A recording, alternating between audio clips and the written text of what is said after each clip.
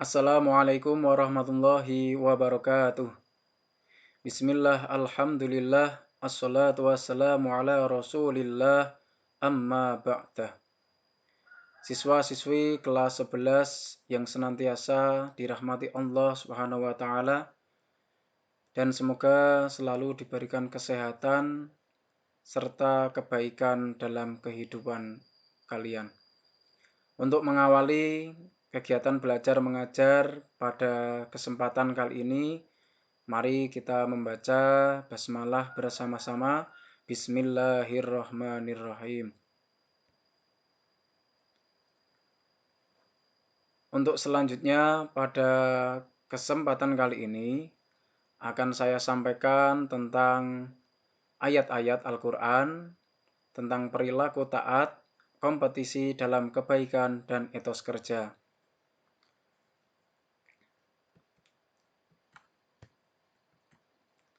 Yang pertama, Quran Surat An-Nisa ayat 59 tentang perilaku taat.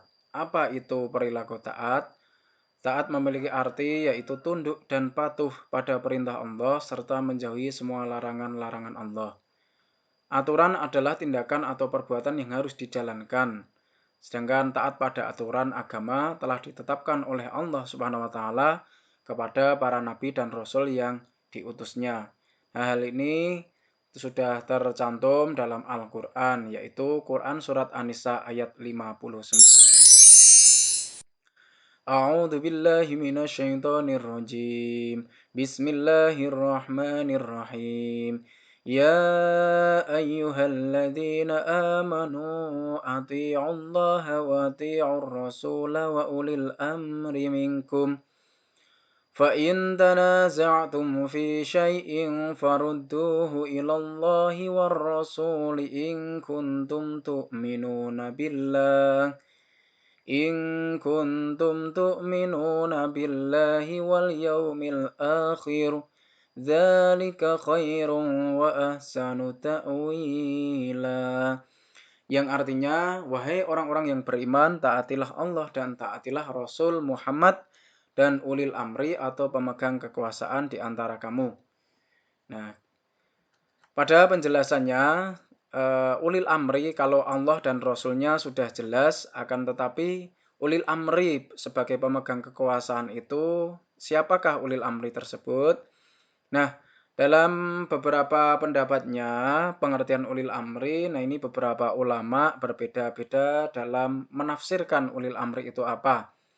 Yang pertama dari ulama Abu Ja'far Muhammad bin Jarir At-Tabari mengartikan bahwa ulil amri yaitu umaro ahlul fikih, artinya yang memiliki ilmu pengetahuan tentang fikih.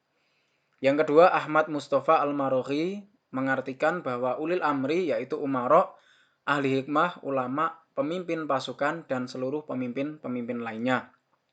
Termasuk kalau di Indonesia ya bisa diartikan mulai dari presiden, MPR, DPR, gubernur, nah wali kota, bupati, sampai bawahan, sampai pada tingkat RT, RW, nah seperti itu. Sedangkan yang ketiga menurut Al-Mawardi bahwa diartikan ulil amri yaitu umaro, ya diartikan para pemimpin, pemimpin negeri, pemimpin suatu negara, ulama dan fuqaha atau ahli fikih, sahabat Rasulullah, diartikan juga hanya Abu Bakar dan Umar. Nah, itu pengertian ulil amri menurut beberapa ulama. Nah, contoh-contoh perilaku taat dalam kehidupan sehari-hari bisa kalian contoh dalam lingkungan sekitar kalian. Ini ada beberapa tampilan gambar. Yang pertama, nah ini ada para pengendara yang sudah melawan arus dan tidak pakai helm. Nah, ini tentu melanggar aturan-aturan lalu lintas. Nah, sedangkan yang samping kanan, nah ini sebagai reward bagi pengendara yang tertib berlalu lintas. Nah, terus ada juga budaya antri, disiplin. Nah, di tengah pandemi COVID, nah ini dengan tetap mengatur jaga jarak dan memakai masker. Terus ada juga contoh tentang perilaku yang tidak sesuai, yaitu membuang sampah sembarangan Bisa dilihat di pinggir jalan sampah bertumpukan. Nah, bagaimana yang sesuai? Nah, yaitu membuang sampah pada tempatnya, tempat sampah yang sudah disediakan. Nah, kalau biasanya ada sampah organik, sampah anorganik, dan sampah B3. Nah, ini bisa kita terapkan, kita aplikasikan dalam kehidupan sehari-hari. Terus adapun yang kedua, tentang Quran surat Al-Maidah ayat 48 yang berisi keterangan tentang berkompetisi dalam kebaikan. Apa itu berkompetisi dalam kebaikan? Mari kita sejenak, kita renungkan bersama. Allah telah menciptakan kita dengan sebaik-baiknya. Sudahkah kita merenung kembali tujuan penciptaan kita? Nah, bahwa manusia oleh Allah diciptakan agar beribadah kepadanya. Ibadah yang benar. Nah, dalam Quran surat Al-Maidah ayat 48 disebutkan A'udzubillahi minasyaitonirrajim. Bismillahirrahmanirrahim. Wa anzalna ilaikal kitaba bil haqqi musaddiqan lima baina yadayhi minal kitabi wa muhaiminan 'alaihi. Fahkum bainahum bima anzalallah.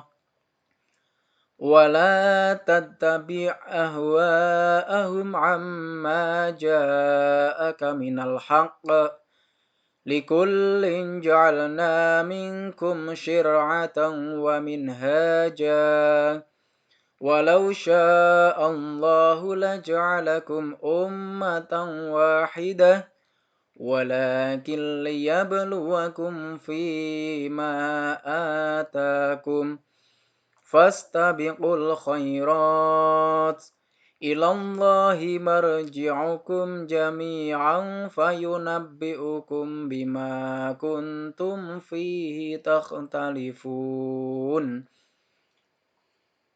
Dari arti ayat tersebut, nah ini saya tandai dengan warna merah. Dalam cuplikan ayat fastabiqul khairat. Nah, ini diartikan sebagai maka berlomba-lombalah berbuat kebajikan. Nah, bagaimana cara berkompetisi atau berlomba-lomba dalam berbuat kebajikan? Nah, secara umum kebaikan adalah sesuatu yang diinginkan, yang patut diusahakan dan yang menjadi tujuan manusia. Jadi kebaikan yaitu nantinya seseorang yang melakukan kebaikan akan merasakan kebahagiaan. Yang kedua, poin yang kedua, setiap kebaikan, nah ini akan memperoleh balasan yang baik atau yang lebih baik dari sisi Allah Subhanahu wa Ta'ala. Terus yang ketiga, bahwa setiap kaum diberikan aturan atau syariat-syariatnya sesuai dengan waktu dan keadaan hidupnya. Berbeda dengan syariat yang telah dibawakan Nabi Muhammad, bahwa syariat Islam yang dibawakan Nabi Muhammad ini merupakan syariat yang paripurna dan berlaku sepanjang masa, bersifat universal. Artinya tidak terbatas pada setiap kaum tertentu, akan tetapi seluruh umat manusia pasti sesuai dengan syariat yang dibawakan Nabi Muhammad. Terus yang keempat, bahwa yang terpenting dari kesemuanya yaitu beribadah dalam rangka mencari ridho Allah dan berlomba-lomba dalam kebaikan. Jadi inti dari mencari ridho Allah dan berlomba-lomba dalam kebaikan. Nah, di sini ada beberapa contoh perilaku dalam kehidupan sehari-hari.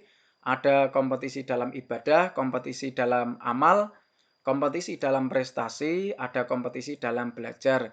Nah, contohnya ada kompetisi dalam ibadah, kajian Jumat pagi di SMA 4. Ada juga kompetisi dalam belajar. Nah, ini suasana KBM yang ada.